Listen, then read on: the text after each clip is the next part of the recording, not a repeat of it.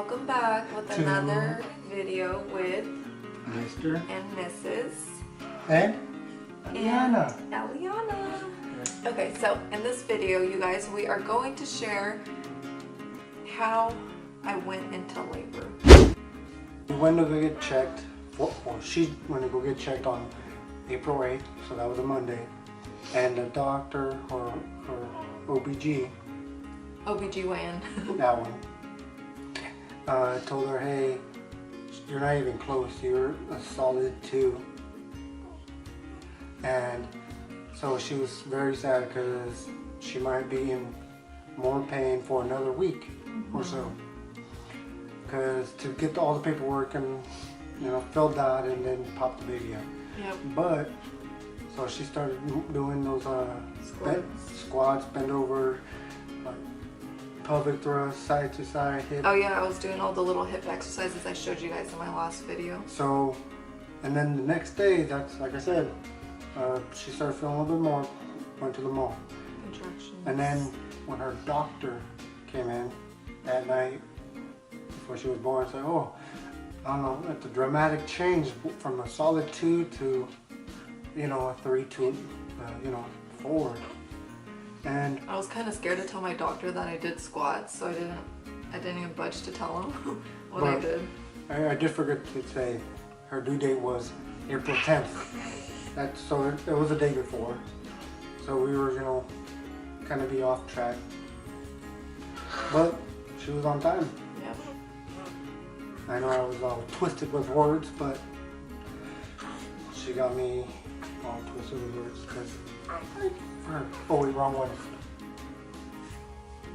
Okay, so I'm going to tell you guys what got me into labor. I was doing a whole bunch of squats the day before we had her, and during that time that we were going to have her, I started doing more squats and More walking for at least like 30 minutes, and it was intense.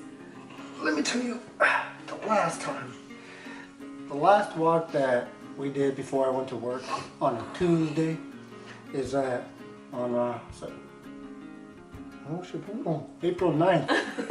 So before I went to work, we decided to go to the mall. She wanted to walk around. She started feeling contractions even before we got there, and then that 30 minutes or so walking around, she even got more. She told me she was gonna, get someone to take her, one of our family members, to take her to the hospital to get checked. So I told her, well, give me, more 411 or more info when you get there, because I work at the hospital. So she told me more information on what's going on. They said she was a 3, and they had her on the monitor. 3 centimeters dilated. So they have her on the monitor, and for an hour or so I kept asking, hey, how's it going? Hey, do you need anything? At my work, let me know. So on and so forth. So around 5, that's when she told me, hey, they're gonna admit me, I'm at a 4, so she's popping out anytime. So I told my boss, hey, I'm gonna clock off and go to work, I'm already at work, trying to go get my little baby girl, and she's here born. So yeah, so time goes by, and started pushing around 7-ish, 7:30-ish, I think. And then by 8:34 p.m. on April 9th, she was born. This one. See one. Well, yeah. Other than that, she just walked around.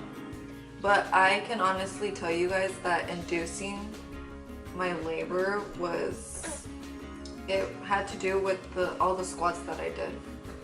Like before I did that, the day before I did that, I was like sad, right? I was sad and I was just depressed because I was supposed to have her. But yes, we had her April 9th at 8:34 p.m. And I was in labor for about, Well, what did we say, 12? I don't know. I just think her labor, of actual labor, would have been from 1 o'clock when she went to go get checked, or 2-ish, till when she had the baby at 8:34, so 6 hours. But I ain't no mama, never had a baby come out of me, so I can't tell you how long labor is. But that's what I rounded her when she went to the doctor that day, or the hospital, and then had the baby, or had her. But yeah, you guys, so the best part of this overall was just having her in your arms. Are you crying? No. Well, yeah. So, we were at the hospital we were only supposed to be there for 2 days, but we ended up being there for an extra 2 days because little one didn't want to eat very well, so she ended up having some jaundice, just a little bit. But on so they Friday, had to keep a close eye on her, and they kept us for the extra 2 days, right, for that? Yep. So we got out on Friday, so it would have been the 12th or something. Can't remember. But yeah. It was a long week. No, it was a long 4 days. The week went by fast. You know, when you stuck in one room with little baby crying, even though she's adorable and cute. She's so adorable and cute. Being isolated is really hard. Yeah.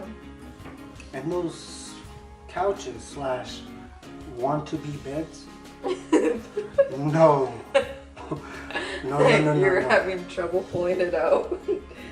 Oh yeah, I didn't know. I work at the hospital, but I've never ever tried to help anyone fold out a bed or chair into a couch bed or whatever. A castle bed. So parenting, you guys, 101 during that week was. Well, we were very sleep deprived. Yeah, it was horrible. The only reason is because our 2 older children, they were crazy. Like, they were crazy energetic. This one, you guys, this one was a tough one, especially like now. We still get a bit sleep deprived, but when she sleeps and naps during the day, we try to squeeze that in. Like today, a little bit. Yeah, I only get like 4 hours of sleep. Everyone did not believe me when I told everyone, hey, look, she has blonde hair or gray hair. They're like, oh no, it's just the lighting. I was like, my ass, the lighting? She has gray hair right here in the little corner. Let's show you. It's Hopefully you guys can see it. Her hair's so white with the lighting that we got. And she's so and white. It blends in. Oh yeah, look. Sometimes I don't feel like she's my kid. She's so white. Oh. She gets it from her mama. And this is our little munchkin. All 9.5 pounds and 20 inches long. Well, maybe longer now. Well, actually now she weighs like 8 pounds, right? 814. 814, but hopefully a little more because it's been 2 weeks, right? Or it's been a week since she's had her doctor's appointment. It's been a week, right? Mm-hmm. But yeah, she's gonna be 3 weeks, you guys, on she wants to say something. Tuesday. She wants to say something. I farted! Ew! I hope this video was informative for you guys. And pretty, killing time, kill time with us sometimes. Thanks for watching. With Mr. and Mrs. and Eliana. See you in our next video. Bye.